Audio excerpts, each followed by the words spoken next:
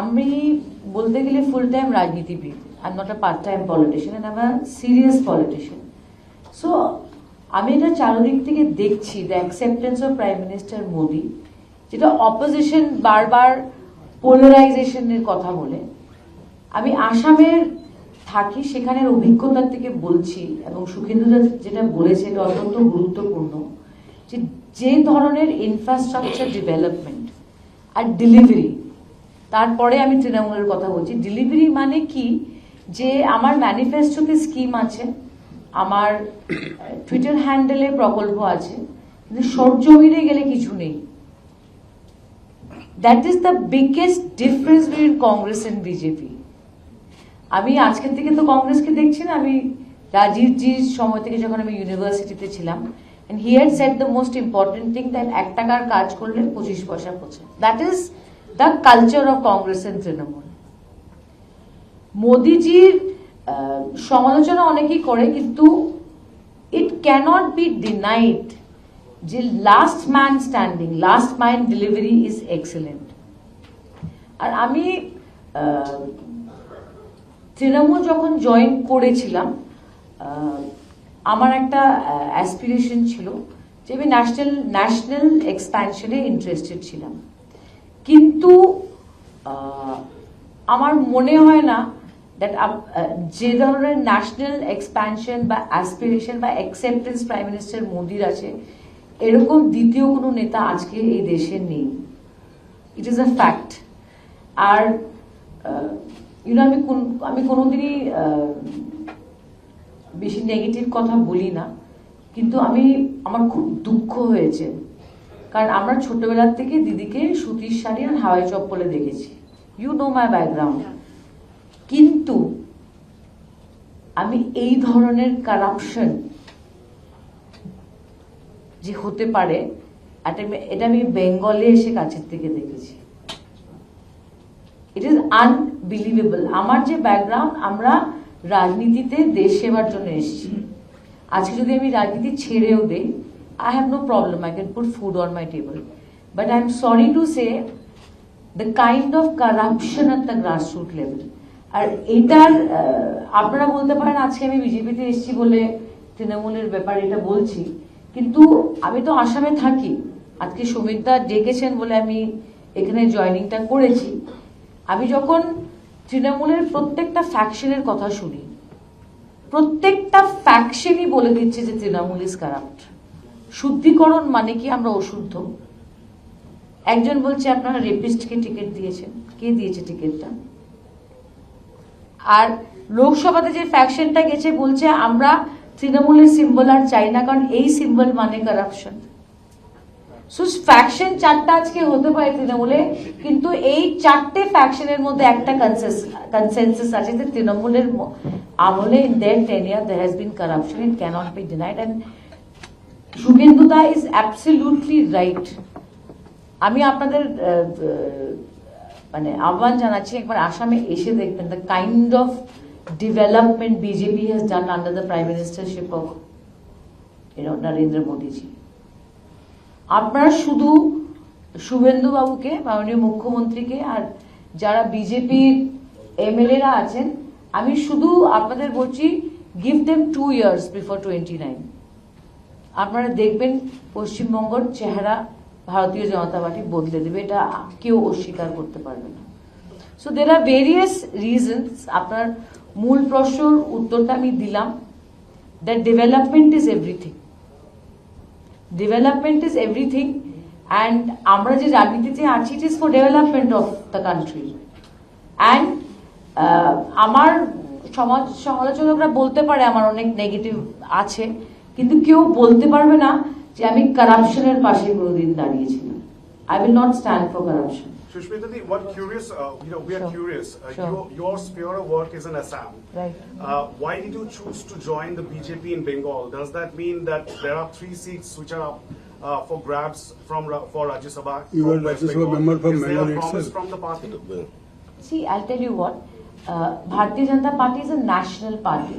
আমি কিন্তু আমার সাদার্ন অ্যাভিনিউর বাড়িতে বসেও ডিজিটাল মেম্বারশিপ করতে পারতাম, হ্যাঁ, কিন্তু as per the decision of the BJP High Command, which is Nitin Naveen ji and Honorable Home Minister of India, Shomik Da, Shubhendu Da, people of Bengal আমাকে একবার না দুবার রাজ্যসভাতে সুযোগ দিয়েছে অ্যান্ড কে রাজ্যসভাতে যাবে কে যাবে না সেটার সিদ্ধান্ত তো দিল্লির হাইকমান্ড নিবে বেঙ্গলের বিজেপির হাইকমান্ড নিবে but I also felt and chief minister of Assam also felt that you must give Bengal due respect and because you are an outgoing MP from Bengal.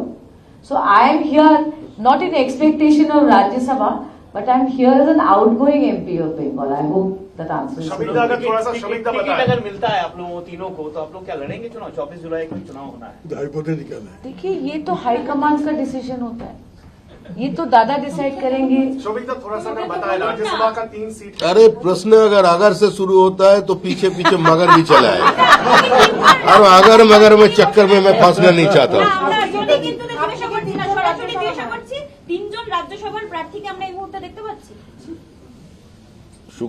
আমাদের আমি বলবো একটা লাইন সুখেন্দুদা বলার সময় দেখো সুন্দর শব্দ বলেছেন হিন্দিতে, নিস্তব্ধতার শব্দ। তা আপনার নিস্তব্ধতার মধ্যে একটা শব্দের জন্য অপেক্ষা করুন। सविता, आज 3 पूर्व राज्यसभा सांसदों की ज्वाइनिंग हुई है। कल ममता बनर्जी कालीघाट में थी, कल वो अपील कर रही थी अपने पास जो विभिन्न गुट बन गए हैं उन्हें कह रही थी कि आइए वापस से आइए, साथ में आइए, साथ मिलकर काम कीजिए। देखिए ये तृणमूल अंदरूनी मामला है। अभी तो इस टेबल पे आप तृणमूल के बारे में कुछ पूछ ही नहीं सकते, इसलिए ये तीनों ने अभी भारतीय जनता पार्टी में शामिल हो गया, हमारा परिवार की सदस्य बन गया। आज हमारे लिए खुशी का दिन है। और अब मैंने चुनाव का पहले भी बोला था, अगर राष्ट्र विज्ञान सही है, अगर सोशियोलॉजी में कुछ है, सोशल साइंस बोलकर कुछ चीज है, तो तृणमूल जाएगा, तृणमूल जा करके रहेगा। हम बोला था अब याद करिए, हम लोग ऐसा नया कुछ नहीं बोल रहे हैं। हम बोला था जो आसमान नवान्न में आ सकते हैं, गंगा जी का पानी राइटर्स की फर्स्ट फ्लोर तक पहुंच जा सकते हैं, अनुपम खेर की सर पे फिर से बाल उगाल सकते हैं, लेकिन तृणमूल चौथे बार सत्ता में नहीं आएगा। और तृणमूल सिर्फ सरकार नहीं जाएगा, तृणमूल पार्टी समाप्त हो जाएगा। आज के दिन में तृणमूल की दरवाजे पे जनता ने ताला लगा दिया। बाचे बुचे जो ऑफिस था उसमें तृणमूल ताला लगा रहा है, ऐसे ही होने वाला था। और ममता जी बहुत कुछ बोला है, अभी जितना कम बोले उतना ही अच्छा है। देखिए भारतीय जनता पार्टी जिस बहुमत से बंगाल में जीत के आई है और जिस तरह से आसाम में आप लोगों ने देखा है बहुमत उनको मिली है, उड़ीसा में मिली है, त्रिपुरा में मिली है, इससे पूरा साबित होता है कि प्रधानमंत्री नरेंद्र मोदी जी का जो विजन है उसके प्रति लोगों का विश्वास बढ़ रहा है, घट नहीं रहा। और मैं ये कह सकती हूँ कि आसाम में मैं रहती हूँ और आसाम में आपको पता है कि तीसरी बार बीजेपी की सरकार आई है और जो परिवर्तन और जो प्रगति का काम हुआ है, अगर आप तुलना करें, इसकी तुलना किसी भी पिछले सरकार से नहीं हो सकती, ये तय है। आप किसी सरकार की अच्छाई कर सकते हैं, बुराई कर सकते हैं, कमियां निकाल सकते हैं, पर जो delivery to the last mile है उसमें मोदी जी ने जो काम किया है वो कोई पार्टी इस देश के इतिहास में नहीं कर पाई है। ठीक है। और भाई जो कुछ आपने देखा बाहर से देखा ना कि मैंने क्या किया, क्यों किया, कब किया, कैसे किया। हिंदुस्तान में 800 सांसद है कुल मिला के, लोकसभा और राज्यसभा। 800 सांसद में से मैं ही पब्लिकली डिमांड किया था कि जिस तरह आरजीकर कांड का प्रमाण सबूत इसको मिटाया जा रहा है, उसमें पुलिस कमिश्नर और प्रिंसिपल ऑफ द इंस्टीट्यूशन को कस्टोडियल इंटरोगेशन होना चाहिए, मतलब गिरफ्तार करके उसका पूछताछ किया जाए। दूसरे किसी का हिम्मत नहीं हुआ था समय ये बात बोलने का। उसके बाद मैं अस्वस्थ था, बहुत ही सीख था एक दिन में 2 बार हमको बुलाया गया लाल बाजार में नोटिस देके। मैंने मेडिकल सर्टिफिकेट भेजा, मैंने कभी नहीं बोला नहीं जाऊंगा। क्यों नहीं, हम चोर है क्या, डाकू है क्या, लाल बाजार दिखाता है हमको क्या डर है? लेकिन I was bedridden, I sent my medical testimonials, in spite of that those were not considered, then I had to move the Calcutta high court. एवं और वहां पे आके मेरे बड़े भाई जो वकील है मुझ जैसा, उनको पकड़ के बोला कि आप वो ट्वीट को उठा लीजिए, हम भी केस उठा लेते हैं। तो मैंने देखा कि 33 लाख लोग मेरा ट्वीट देख चुका है, मेरा पर्पस सर्व हो गया। अब ट्वीट हटाने से भी कोई दिक्कत नहीं है। और मैं पीस मांगना चाहता हूँ, मेरे एक बेटी है, एक पोती है, हमारा बहुत पत्नी गुजर गए 3 महीना पहले। अगर मैं भी गुजर दूंगी हर रोज, उसके बावजूद भी 3 महीना 4 महीना लगातार मेरे टेलीफोन पर, मोबाइल पर धमकी आ रहा था कि हमको हत्या किया जाएगा, हमारा बेटी को, पोती को किडनैप किया जाएगा। ये क्या मैं ढोल बजा के सबको बोलूं? और किसके पास जाऊं? पुलिस के पास। जो पुलिस एक दिन में हमको 2 बार सामन किया था लाल बाजार में, वो विचार देगा, हमको प्रोटेक्ट करेगा? हम तो समझ गया था, तो उसी समय रिजाइन कर सकता था, लेकिन हमको डर था कि शायद मुझे भी सुपारी किलर लगा के ये कत्ल कर सकता है।